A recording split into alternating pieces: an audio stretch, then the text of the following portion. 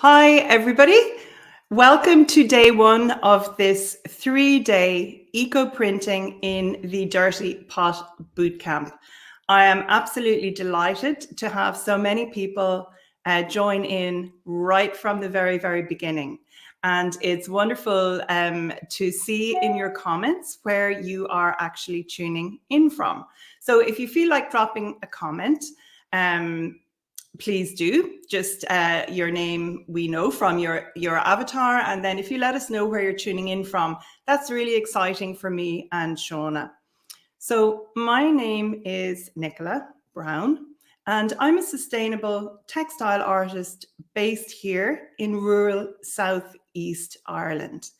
Now, I've not always been involved in sustainable textiles, and you're going to hear a little of my backstory today and learn all about the eco printing in the dirty pot process, the beginning of the process. We actually have 3 days together.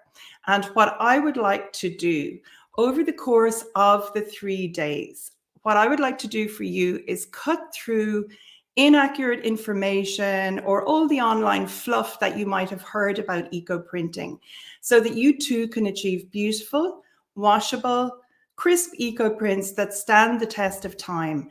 And this will be whether you're a total beginner or whether you're moving over from using traditional powdered mordants or chemicals to fix the color. But I hope you have a pen and paper ready, because even if you have more experience working in the dirty pot, you should get some tips today, tomorrow, and the next day to help drive your textile practice further. And I would like to introduce Shauna, who is my right-hand woman. I'm just going to bring Shauna up on the screen now. Hey, Shauna. Hello, everybody. How are we? So Shauna is my virtual assistant, but today Shauna is actually just up the road from me. She's here in Ireland.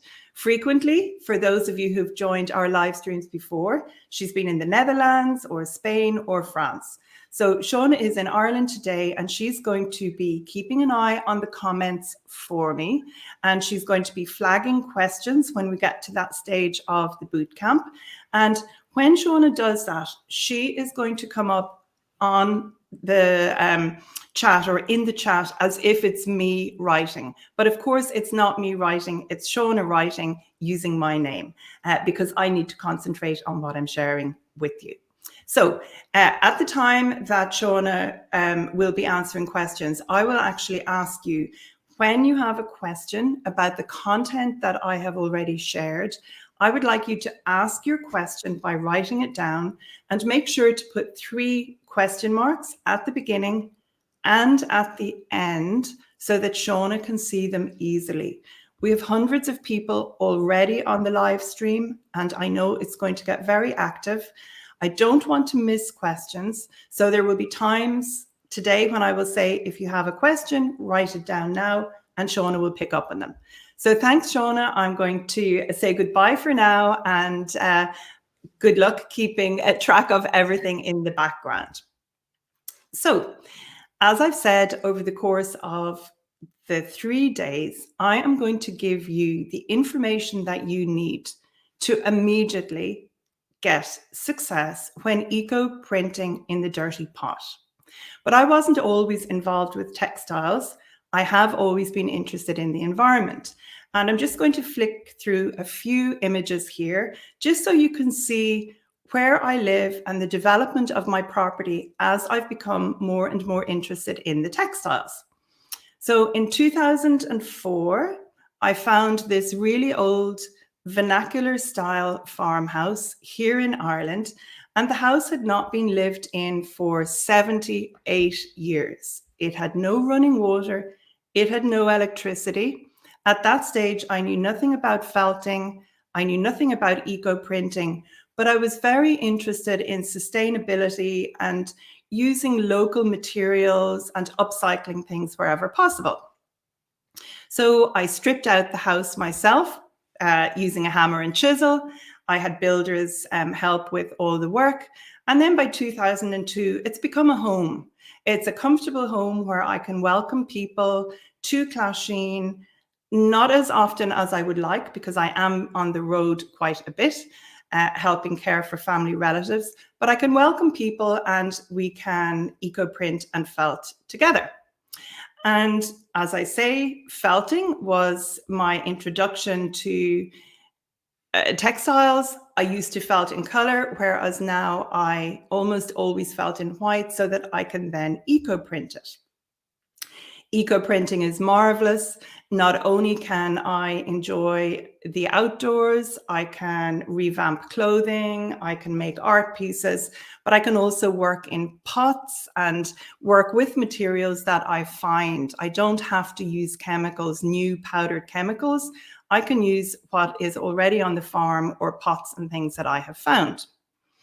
And several years ago, just over 3 years ago, I had become involved in eco-printing, and I decided I would like to grow my own plants to use in my studio, and also plants to attract bees, birds, butterflies to the garden.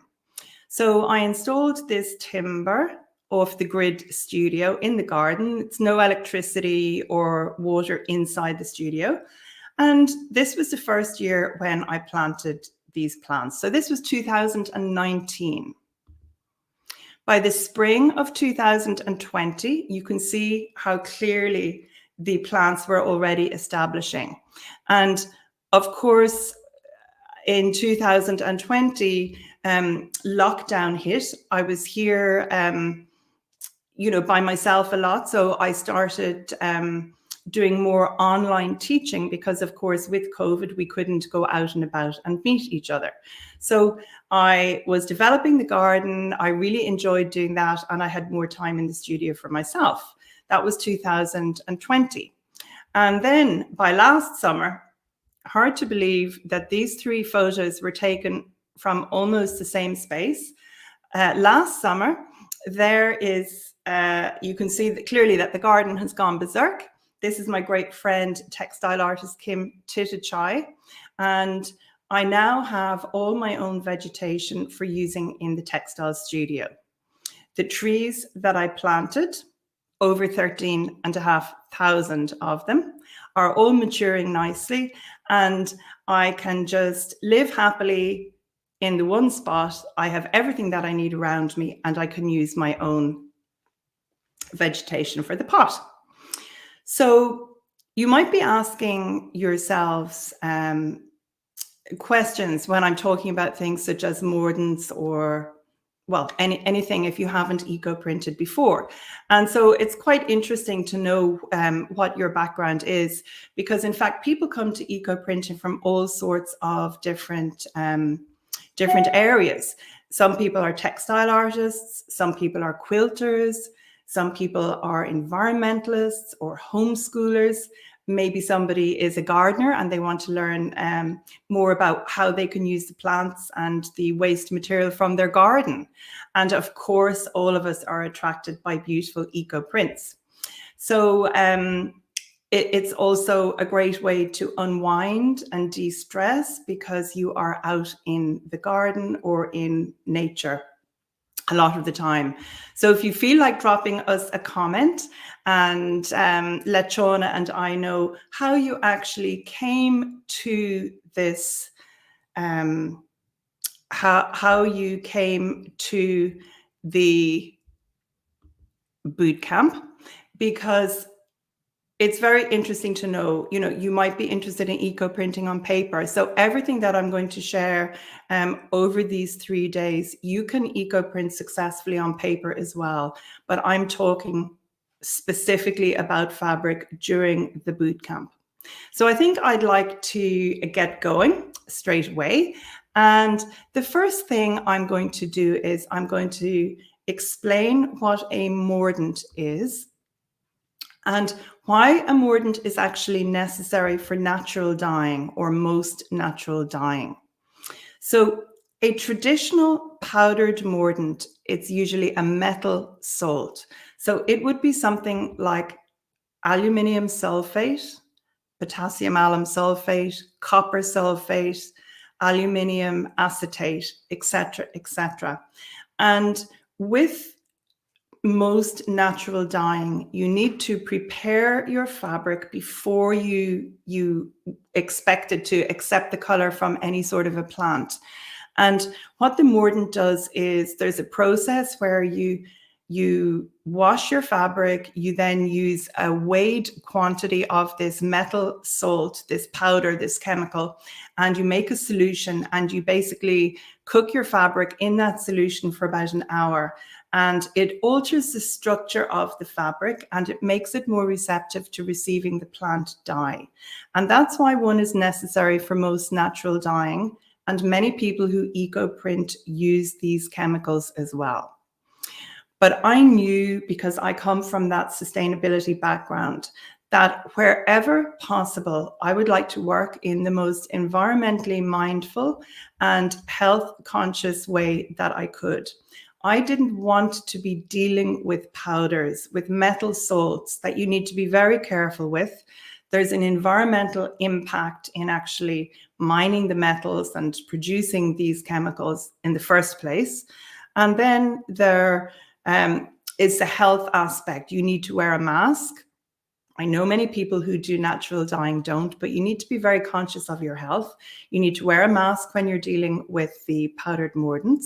You do not want to inhale them because they're very bad for your chest. You can't get rid of metal salts once they actually are in your body by inhaling, you know, the powders, if the powder gets into your lungs. So there are health and environmental aspects to using the powdered mordants. And so what I wanted to do was I wanted to see to what degree I could personally get very good eco prints without using these powdered mordants. And there's a wonderful textile sustainable artist in Australia called India Flint. And India has an excellent book called Eco Color. And she also likes working in a very sustainable way. And she has been an inspiration for me. Now, her book is not a how-to eco-print book, but her book is very, very interesting for people who like working in an environmentally mindful way with textiles, and also people who love eucalyptus leaves. So a traditional powdered mordant has been, over the years, necessary to help make the fabric take natural dye.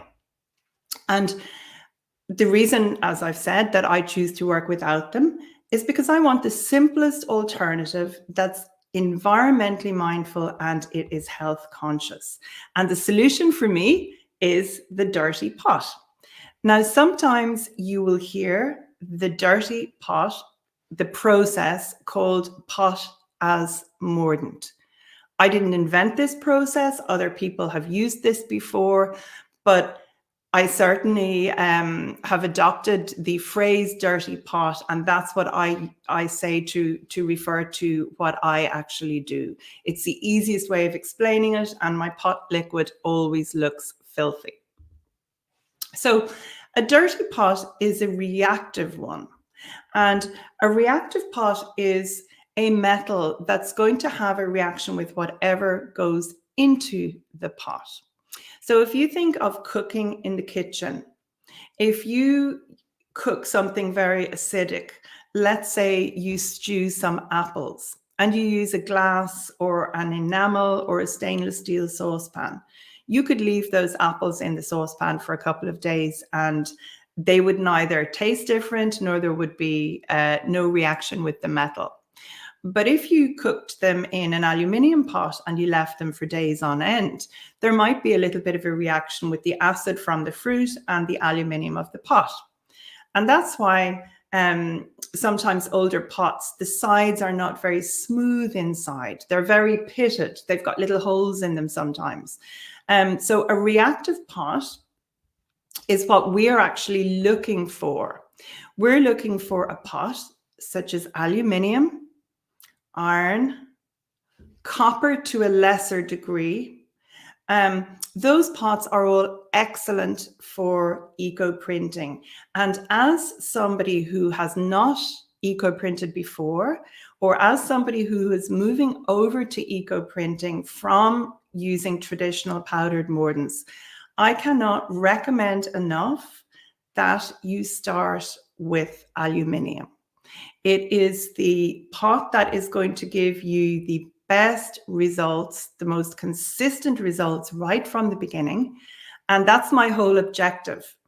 By the end of these 3 days, I'd like you to feel confident that you can go into your own garage, your studio, your kitchen with ventilation, and that you can just gather the materials that you need. You can get your first eco prints together, and you are going to have beautiful, successful eco prints right from the start. And don't forget, if you're enjoying this video, please just give it a little like or a thumbs up, because that way other people might find it too afterwards. So I hope that you're enjoying what I'm sharing so far. So the simple supplies that you are going to need, very, very easy. And some of these aren't even necessary, they're optional, but you're definitely going to need some string. And you can see here with this string that I have, it's a dark color. I reuse everything time and time again. So this is old, this is t-shirt yarn. It came on a cone, but you can actually make it from old t-shirts yourself.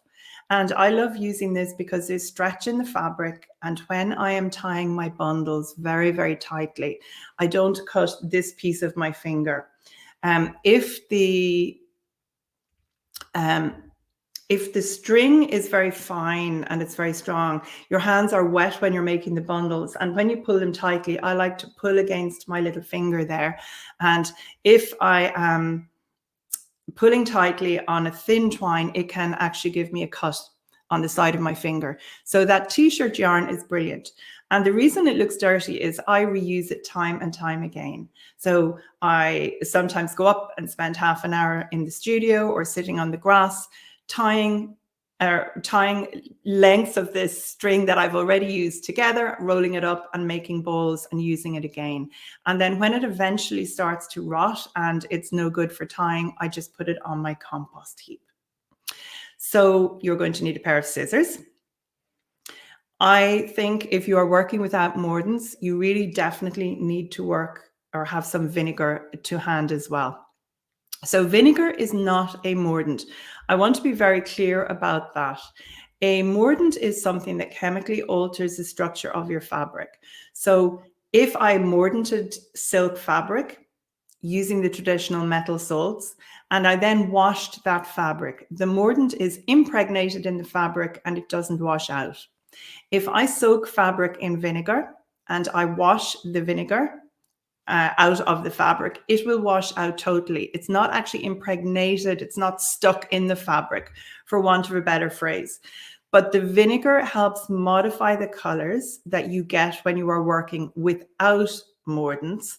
And also some vegetation really likes vinegar to release more color.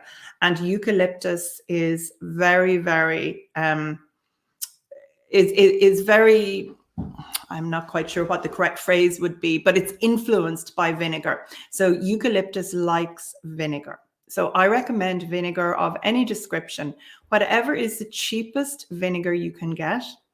It could be white vinegar. It could be a malt vinegar, a brown vinegar, like you can see in that little bottle with the purple top there.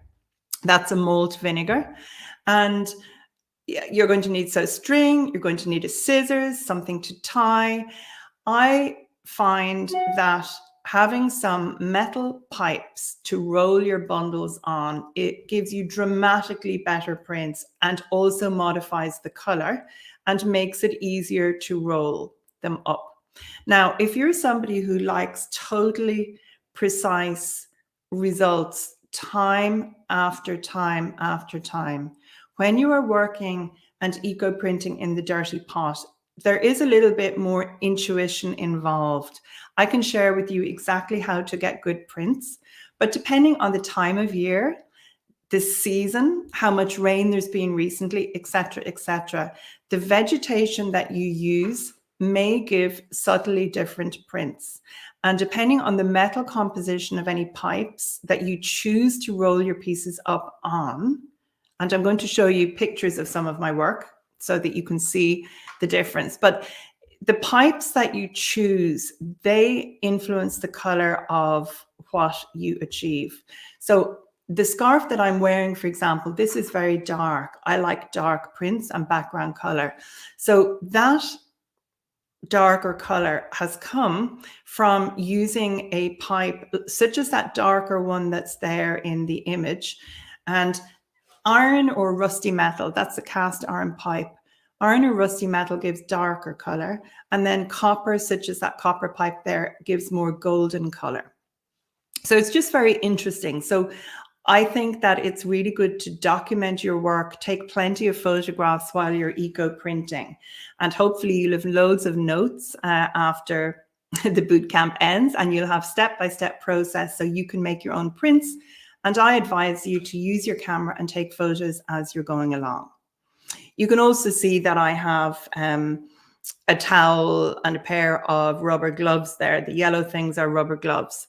I don't have any issue getting my hands dirty, and I just give them a wash afterwards with a natural soap, and I give them a rub with a cut lemon, and that removes all the stains on my hands. But if you had a cut on your hand, you could always use a pair of gloves, or if your hands are particularly sensitive. And as I said before, the best pot to start with is an aluminium one, or if you live in the US, you might say aluminum, but we have an extra I in our word, so that's why we say aluminium. So the aluminium pot is the best to start with, and then you also need a heat source, and the best heat sources are gas or wood fired. This particular propane burner I brought back through Sacramento. I got it in America. It's a Camp Chef. It's a camping one, but the make is called Camp Chef. It's a 2-burner propane burner, and it's absolutely fantastic. So gas or wood fired really helps get the pots to a boil very quickly. So I think what I would like to do now is I'm just going to check the comments and see, have any of you got any questions about what I have shared so far? I'd appreciate if you don't jump ahead. And Shauna, don't even star any comments for me if they're not what I've been covering now, because we have 3 days together and I want to do this in a structured fashion. So I'm just going to look here, and I'm just going to check on the list here.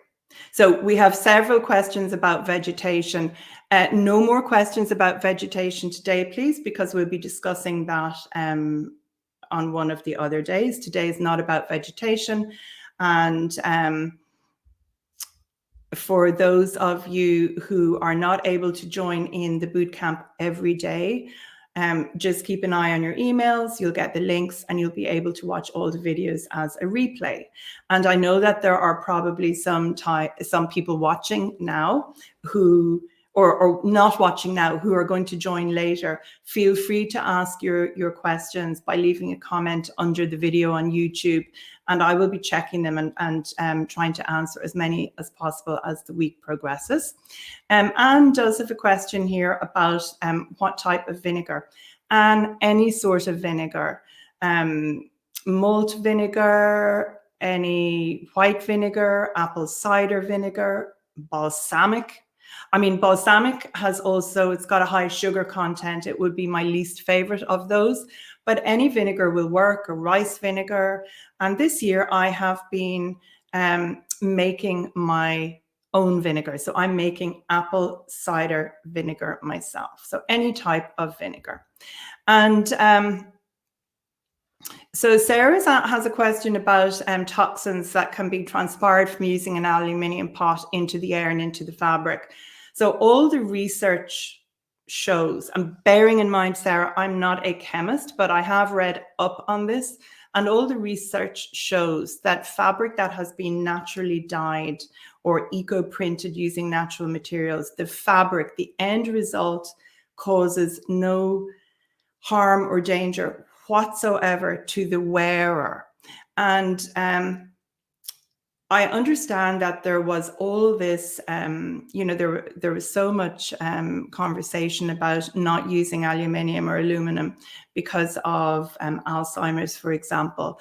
Although now there is also information that this does not, it doesn't necessarily actually mean that aluminium has, a detrimental effect and helps cause Alzheimer's. So things change. The biggest danger with using any metal, regardless of what the metal is when it's in the powdered form. It's inhaling the powder because you can't expel those. You can get that buildup of toxicity in your body.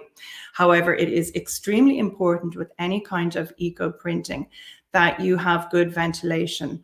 And I would be lying if I didn't say that if I was eco printing in the house without ventilation, that there isn't a smell. But that's the same if you're cooking food, you can get a smell from the food as well. However, if you have asthma or if you have any chest problems, like I cannot recommend enough, it is better to process bundles outside. And I would just recommend that you wear a mask in that case, because it doesn't matter. I mean, if I'm cooking a curry, I can smell a curry. If I'm cooking a pot with eucalyptus vegetation, I can smell eucalyptus.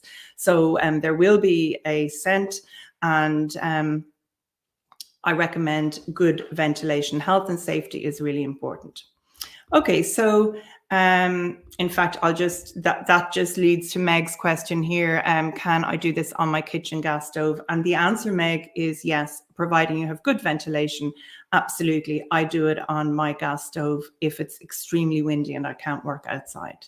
But good ventilation is essential, and you don't want to get drops of your dirty pot liquid onto your wooden work surfaces, or you may stain your wood. Don't ask me how I know that. So, Francois is asking, I'm not sure if I pronounced your name correctly, so apologies if not. What acidity for the vinegar? So I'm going to be showing, I'll go through the step-by-step process for the eco printing tomorrow. For now, I'm sort of going through the preparation, the sort of things you need to assemble. But the stronger the percentage of vinegar, as far as I can see, the better. But it's hard for me to get big quantities of vinegar here in rural Ireland, which seems very strange. And the vinegar that I use is probably about 6%. If I can get a stronger cleaning vinegar, I will, but often I have to dilute it quite a bit. So don't worry if your vinegar is, like, you can't have it too strong, I would say, but you can always dilute it. I would be more concerned if it was very weak. So higher would be better than lower. And there's a great question here from Erica. Erica is asking, can stainless steel pots be used?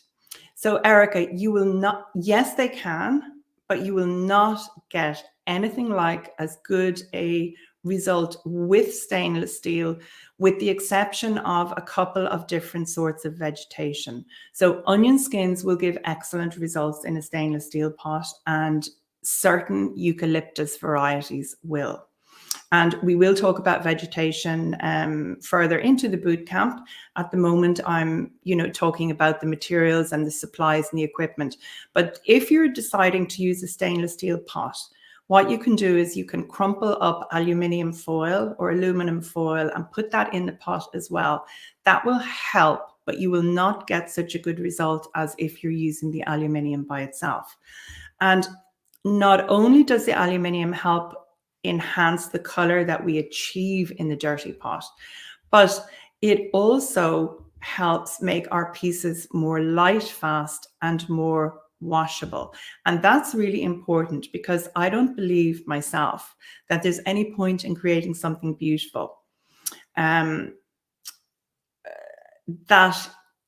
doesn't stand the test of time. Everything that I create, I'll flash a photo up here now, one second. Okay, this is a picture of onion skin printed lamb's wool, and this lamb's wool top, this is about 7 years old now, and this goes through my washing machine a good few times every single year. And you can still, like, this photograph was only taken last week, you can see how vibrant the colors are there. Now, the It was processed in an aluminium pot. The aluminium pot helps make things more color fast and enhances the color. And now we have a question about cast iron pot, and absolutely, Claudia, yes, you can use a cast iron pot. And my favorite pot, I'll just flick a photo of it. I'll be telling you how to start your pot soon. So my favorite pot is this really big one.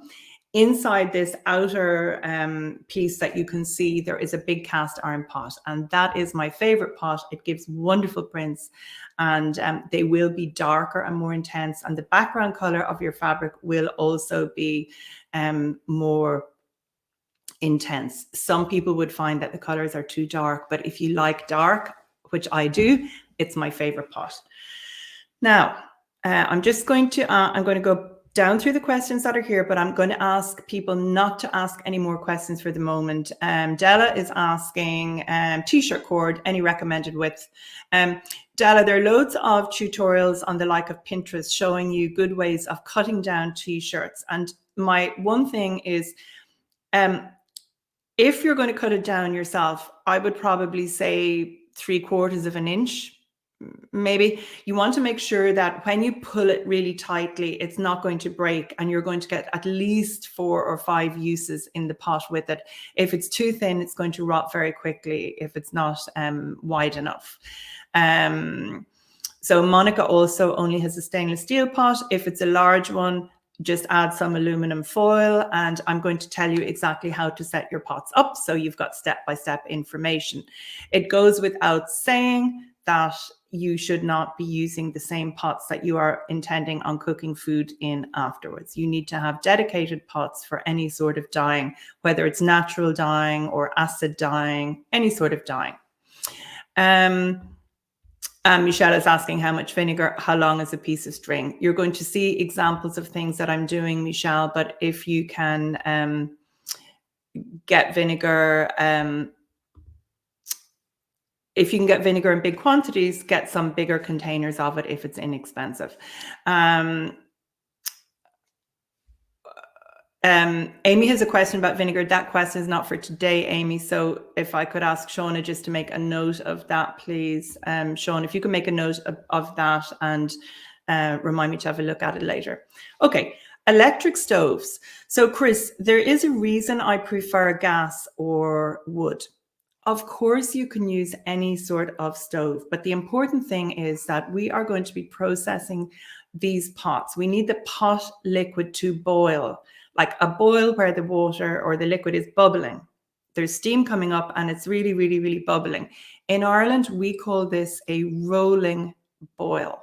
And that temperature has to be maintained for long periods of time when we are working without the chemicals to fix the color.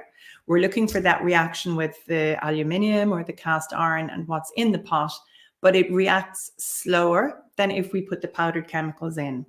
So if you use a ceramic or a glass hob, it's very possible it might crack. And if you have bigger old pots, particularly big aluminium ones that people might have had in their garage, they may not have a very flat bottom.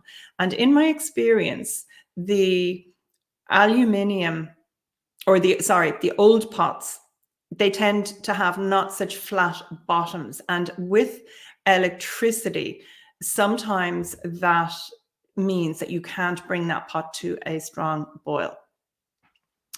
Now, okay, I've answered the question about the string. Yeah, cotton, any sort of t-shirts will do, but cotton is what I would have. And Vivian has a great question.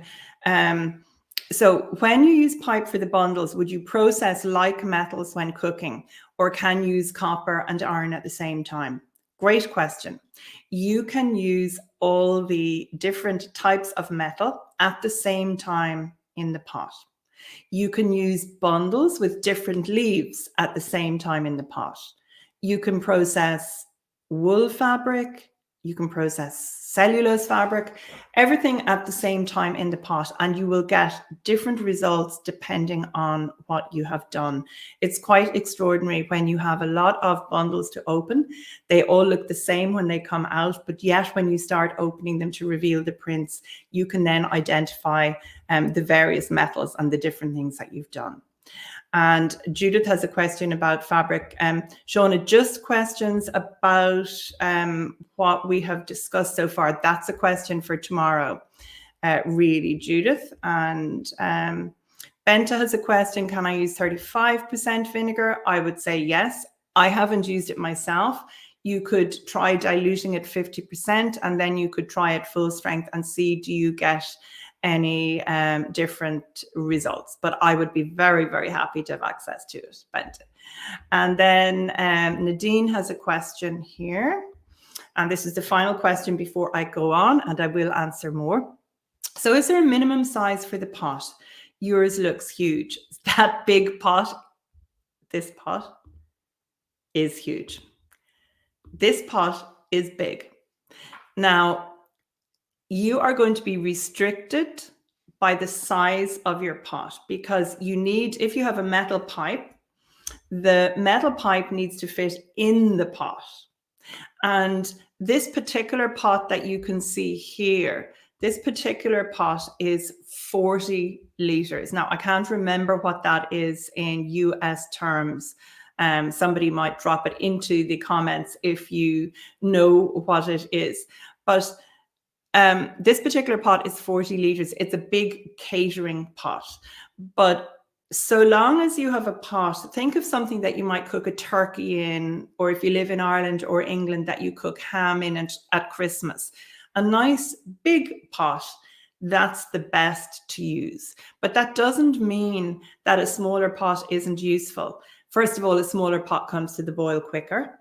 And maybe you're somebody who is a quilter and you want to print smaller pieces of fabric, or maybe you're a mixed media artist, or you work with paper, or you want to wrap up pieces of fabric and you want to then, when they're printed, you want to actually sew with them. Maybe you're, maybe sewing and dressmaking is your thing. So there are plenty of uses for a smaller pot. And at the beginning, that may be all you have. It was all I had. But the larger the pot, the better, realistically. Okay, so I'm going to move on. So you've seen my pot there. You've seen the supplies that you need, simple supplies. You understand, I hope, that working with the reactive pot is going to, in some small way, mimic the effect of the powdered chemical mordant. And now we need to have a little bit of a discussion about the actual fabric. So, a question. Does all fabric absorb the color equally when eco-printing in the dirty pot? And the short answer is a very resounding no. So the fabric that is easiest to print when you start, it's easiest to print anyway, but the fabric that's easiest to print when you start is considered to be protein-based. And protein-based fabric is fabric, it's wool, it's silk, it's cashmere, it's mohair. In effect, it's anything that comes from an animal. And if you look at what I'm wearing here now, I have an onion skin printed silk scarf around my neck. And then the dress, it's sort of a mini dress, you can't see the whole thing here. That's actually an upcycled dress. I bought the dress for about $4 in Canada in a thrift store. That is actually cashmere. It's incredibly soft. And that dress, that cashmere, took the color absolutely beautifully. So bear in mind, if it's wool, silk, mohair, cashmere, anything from an animal, it's going to be easier to achieve brighter colors when you are working without powdered mordants. But that does not mean, if you live in a hot country, that you can't eco-print on cellulose, on linen. But there is a little bit more involved in preparing it. So let's just discuss the protein-based fabric first. So if you are going to eco-print protein-based fabric, you can either wash it by hand or you can put it through the wool cycle in a modern washing machine. And you need to use a gentle soap, not a detergent. So when I started eco-printing, I always just washed everything by hand. And the soap that I used, I came from a wet felting background. That's how I moved into eco-printing. I initially thought I would eco-print fabric that I could incorporate into my Nuno felt. And I know that probably quite a few of you are felt makers. If you're felt makers, just drop a yes in the comments there, and Shauna can keep an eye out, because I suspect there are some of you lurking here. Eco-printing on felt is a total joy. It just takes the color so well. So let us know if you're a felt maker.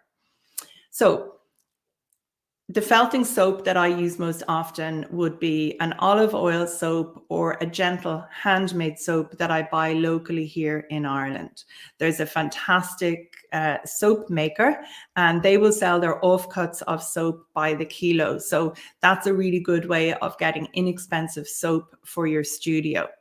I recommend nothing that has strong artificial scent or artificial color. And I just use my felting soap and I mix some of it with water in a mug, and I make a bit of a solution, and then I put a spoon of that into the washing machine.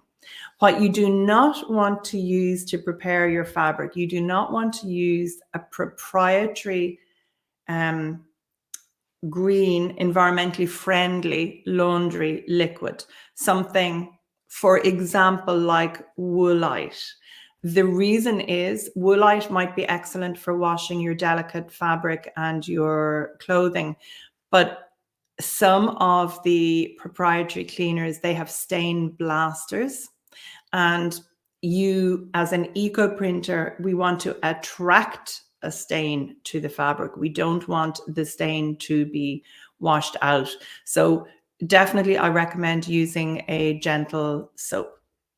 And just for your reference, that particular piece there, for any of you interested in working in a cast iron pot, this particular piece here was actually processed in a cast iron pot. You can see that beautiful silvery gray in the background. That's coming from the pot liquid. And those leaves are Eucalyptus gunnii. So for your cellulose-based fabric, cellulose fabric comes from a plant base. So that can have a more aggressive wash before you are going to eco-print it. And fabrics such as linen and cotton and ramie, they are considered cellulose because they come from a plant. But you can also include, nowadays, you can add in bamboo and rayon, viscose, into the loose cellulose grouping. And the reason for that is that rayon, bamboo, tencel, lyocell, all of those modern fabrics that have a plant base, they are made from a pulp. They're not as sustainable, I don't think, as linen or ramie, but you have to be careful. For example, with cotton, there are a lot of pesticides and herbicides used. So there are other environmental impacts with the fabric that you're using for your eco printing. So one of the things I love doing is I love looking for garments to upcycle. So these are a pair of linen trousers. They were white. I got them in a secondhand shop and I eco printed them in the dirty pot. So the way I would have prepared them at the beginning, I gave the linen a really good wash in an aggressive cycle in my washing machine. And I also use the olive oil soap. Now, you can add a spoonful or so of sodium carbonate or washing soda into the washing machine at the same time, and that will help remove impurities from the fabric. But you only do that with cellulose-based fabric. is a lot of finishing on the fabric if you're using new fabric. I find that secondhand pre-loved fabric takes the color in general better than new fabric. So that, and for the very reason that it's already been washed many times before I would get it. So you might be asking yourself how you are going to actually set up your dirty pot. So that's the last thing I would like to share with you today, aside from some pictures of work, just to get you hopefully excited about the possibilities. So how you start your dirty pot, please take notes for this. I hope you're getting value. If you're getting value, hit the like button as well. I really do hope that you're getting value from this and that I'm presenting it in a clear way so you will be able to do this yourself at home afterwards. So I'm not expecting any of you to have a pot this size, clearly. So you get your aluminium pot and you're going to rinse the pot out. Now, when I say rinse it out, if it's a really old pot, you know, you might decide to give it a good wash with warm water and then you would just rinse it out. This pot here is the one that you saw in, it's that pot. It's been used multiple times. So by now the inside is very stained. Of course, if this was stainless steel, it would still look silvery and shiny, but I don't need to worry about that black on the pot. That's not going to have any effect on what's happening in the pot. I don't worry. I just give it a quick wash out. So the larger your pot, the better. You also need a lid. If you don't have a lid, you are going to have to try and make one, maybe the lid of a metal trash can or something. But you need a lid because when you see tomorrow the step-by-step process of creating the eco prints, the lid is essential to get the pot to a boil. So then I recommend in a pot this size, I would be adding, you know, about 1 liter of vinegar, and then I would half fill this pot with water. This is a 40-liter pot. So what I want to make sure you understand, I want you to understand that this pot and what we are putting into this pot, this is what we are going to cook our bundles in. This is our eco printing pot, our processing pot, and the bundles are cooked in this pot. This is nothing to do with preparing fabric or anything like that. This is the cooking pot for the fabric. So then you're going to add a chunk of rusty metal to your pot.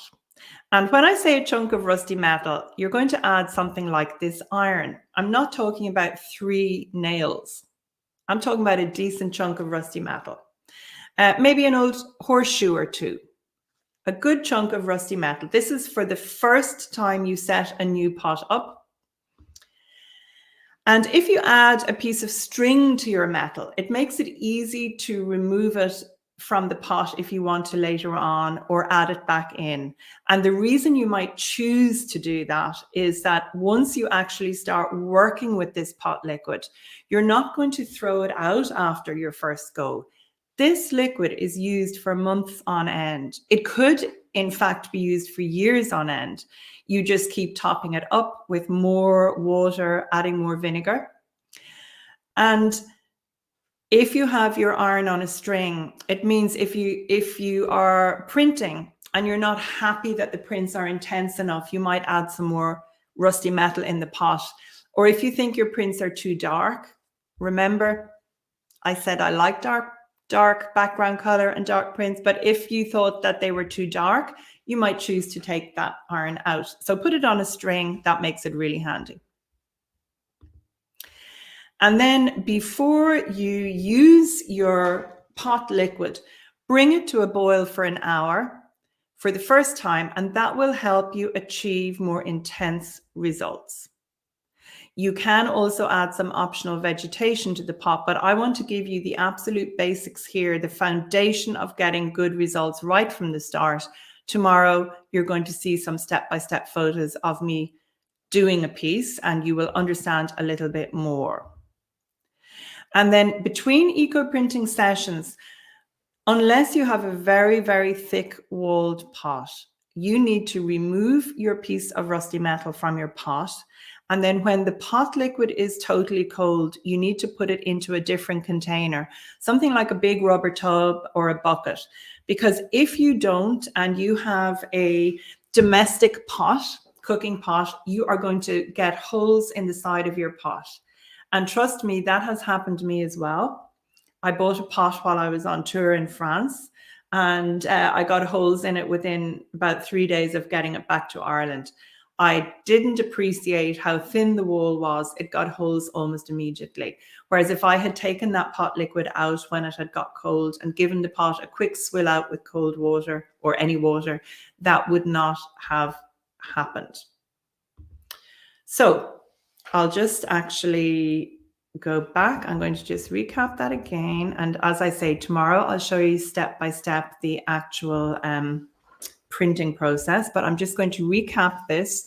And if you have any questions about this and this only, please drop them as a comment now and I will answer them. But I'm just going to recap. So you get your aluminium pot and give it a wash out, and then you have it clean, but it doesn't need to look totally clean, but it's just not oily and greasy. The larger your pot, the better. And you are going to need a lid. You're going to add a pint or two of vinegar, about a litre, and you're going to half fill your pot with water. Now, the reason we don't totally fill the pot is because, of course, we need to get the bundles in. So don't forget, if you have any questions about this bit, put question marks in front and behind your questions so Shauna can pick it up. Then you're going to add a chunk of rusty metal to the pot. I recommend you add a piece of string onto your chunk of rusty metal so you can get it in and out of the pot easily. You also don't want any really sharp edges, or it might cut your fabric when you put fabric in. And then you're going to boil it for an hour or so before adding your bundles for the first time. That will help you achieve more intense results. And that's not necessary for future sessions, but you do want to bring the pot back to a boil every time before you add bundles. And then between sessions, you're going to remove the metal. And when the liquid is totally cold, you're going to transfer it to a bucket or a rubber tub. You don't want to transfer it to something that's rubber or plastic while it is hot, or you will get a serious burn. You'll make a hole in your container and you'll get, boiling liquid or hot liquid on your feet. So I'm going to look at the comments now, the questions. I'm going to answer those that I can. I'm going to share some pictures of work with you. And then I really look forward to sharing step-by-step eco printing information tomorrow, where you can actually see me working. So let's go from, let's see these. Margie, I think you have asked this question before. I have never heard of olive oil soap with salt, so I'm afraid I don't know about that. I have got no idea. I don't see why it wouldn't work, but I'm not sure. Okay, so I just don't know. And here is a question. So a vinegar bottle says ingredients, malt, vinegar, and color. Because it is artificial color, could I still use it? Okay, I have to say, I guess that our malt vinegar may well have color in it, although I've never seen that on the side of the bottle. Because your fabric has not been mordanted, it actually shouldn't take up any of that color. And to be honest, I think I would just use it. Yeah, I would just give it a try.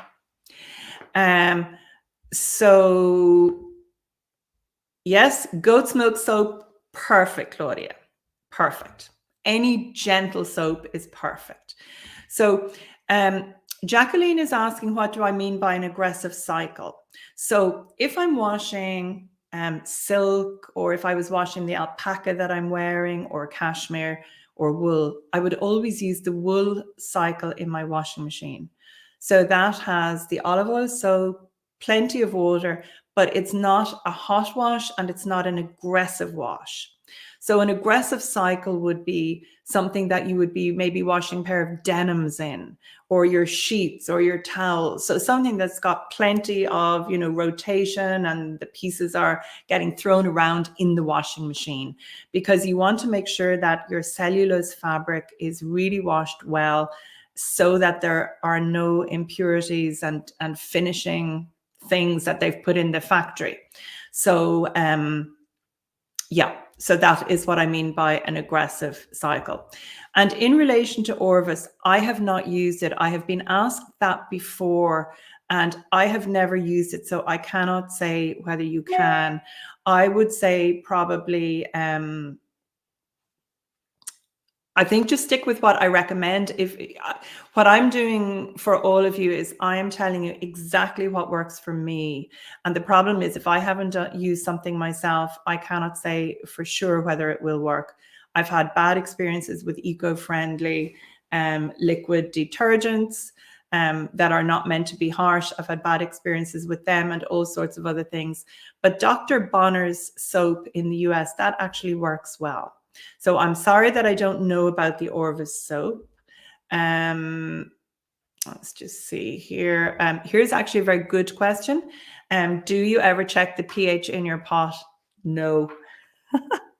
So as somebody who really loves being tuned into nature and the mindfulness of what I do, and growing the plants and doing everything in a simple and a natural way as I can, I am not, like, people who are working with mordants may well check the pH of the pot, but I don't. I work more on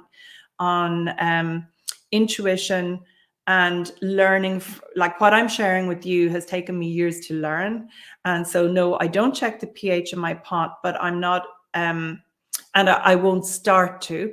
I used to do it when I was making organic indigo vats. I did check the pH in my organic indigo vats, and I found that I had a better feeling about how they were, and I stopped even checking the pH with them, because I could just, work based on the results that I was getting. Might sound stupid, but no, I don't do the pH.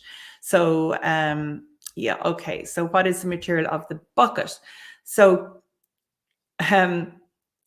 maybe you might have a big stainless steel container, or a rubber container, or a plastic container, anything. It could be a trash can, a plastic trash can, just something that you can store the pot liquid in, because it's got rusty, you've got your rusty metal, but the pot liquid will be infused with that rusty metal, and so it can eat into the side of your cooking pot, your processing pot, and that's why you need to get it into a different container.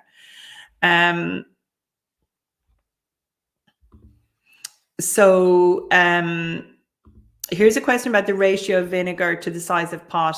So I've just told you how I would start. I would start with approximately 1 litre. It's just over 2 pints for 20 litres of water in that particular pot. If I had access to more vinegar easily here in Ireland, I might actually use stronger vinegar. But you can tell when I'm printing, I can tell if I haven't got vinegar in the pot, and I don't use any on the fabric. You're going to see the printing tomorrow. The prints won't be as vibrant and strong. So there isn't a ratio, but you will start to get a feel yourself for whether you like more or less vinegar in the pot, because I have to be aware that not everybody likes the same prints that I like. And if I go to an event, often pieces that I am not as keen on, they are the first to sell. So everybody's taste is different, but you will get stronger results if you have vinegar. And Joanne has a question. Does the use of rusted items in the pot cause damage or weaken the fabric? So I can only say from personal experience, and I showed you this image, Joanne, like, this piece is 7 years old. It's as good as the day I made it. It was processed in an aluminium pot. There was, plenty of rusty metal in that pot, and it hasn't had any detrimental effect on that. And that is something that people who come from a traditional or maybe an archival perspective are very concerned about, is when when fabric might be in direct contact with rusty metal, for example. And for that very reason, I neutralize pieces that have been in touch with the rusty metal, but that's for day 2 or 3 of the workshop.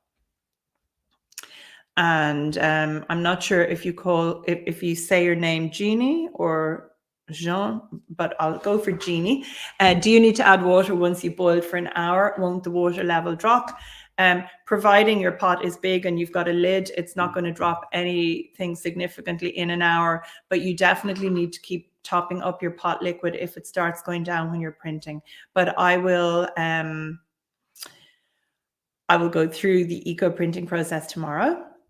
And then Vivian must be talking about, hang on one second now. I'm just going to bring, I think Vivian is talking about this pot here. So in this, there is an outer structure, Vivian, with the legs. You can see it's got legs and there's a grate underneath. I stick wood in that. This is a wood-fired boiler. And then there is a big pot that sits into it. So the big pot is curved. But in the case of this one here, this is just a pot. Okay. So I'm going to ask you not to ask any more questions because I'm going to just answer these, flick a few images up, and then save everything else for tomorrow. Okay. Good question, Alison. So Granny's old preserving pan looks like brass inside. Is it usable or will that kill the surface forever? So I got excited when I found a nice old brass pan. Copper preserving pans will be perfect to eco print in, but you do not get anything like as strong a reaction and as strong a result as you do when you use aluminium or cast iron. I really did not like the results I got in the brass preserving pan that I bought, so I don't recommend it. And you could never use it again for preserving. So I would say, Alison, you would be better trying to find a ham pot if you could. Rainwater preferable to tap. Interestingly, my own water here is a well on my own property here in Ireland at Casheen. I drilled a well, but when I teach all around the world, the water actually, even though it seems counterintuitive, I've never had an issue with using tap water, and in certain parts of the world, quite chemically treated water in different parts of the US in particular. And the thing that makes the biggest difference is if you don't boil the water, then you don't get good results. Cindy's asking what kind of rusty metal. I pick up bits of rusty metal at scrap yards, on the side of the road, in old farm buildings. Iron or cast iron will rust the best. So that's what I use, but I can't be more specific than that, Cindy. Sharon, another good question. Sharon is asking, does the boiling process not shrink the fabric? Now, this is really for tomorrow to a degree, Sharon, but no, it's interesting. Even the cashmere, everything is going, you'll see when you see the step-by-step process, my bundles are tied so tightly, they're like a rock or a stone. And because they're tied so tightly and they are not getting agitated, no, it doesn't. The very odd time there will be something that there's an issue with, the very odd time. But I would say it's only one piece in every 100. And it would only ever be with the like of wool. The boiling doesn't harm them at all. And then here, so Austin, is the aggressive cycle in the washing machine used to scour the cellulose fibers instead of using a pot in the usual natural process with mordants? Yes, in effect, it is, Austin. I mean, I know lots of people use, boil in the pot. So you could you could scour them in your pot as normal, but I would still recommend the hot washing machine wash with the olive oil soap as well. Like I don't use Synthropol or anything like that on my textiles that I'm going to eco print.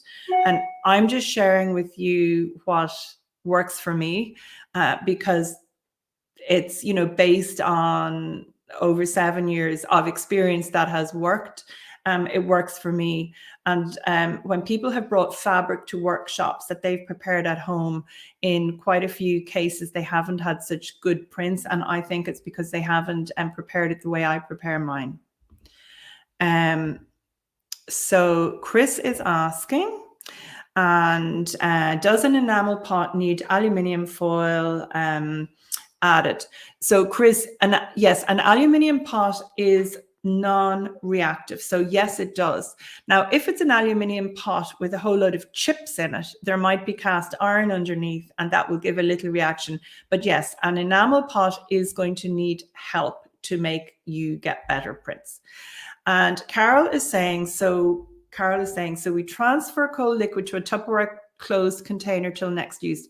Carol, you would need 40 Tupperware containers. Think of a big saucepan, unless you have very big Tupperware containers. A couple of buckets would be better, I think. But yes, you transfer the cold liquid to a container between use. Now, you might have big Tupperware containers. I don't. And also, if your saucepan is really like some older pots or commercial pots, like my big one, I don't have to take that liquid out, thankfully, because the side of my pot is so thick. But every domestic pot is just too thin. So that is something just to be very aware of. So that was the last question, but I just see here, Jackie's saying she collects rainwater in a barrel. Have you used collected rainwater, and does it give different results? Yes, I've used collected rainwater, and no, it didn't give me any different results, but I have used that. And actually here, look, this is great. So Synthropol is absolutely not needed for this at any stage, truly.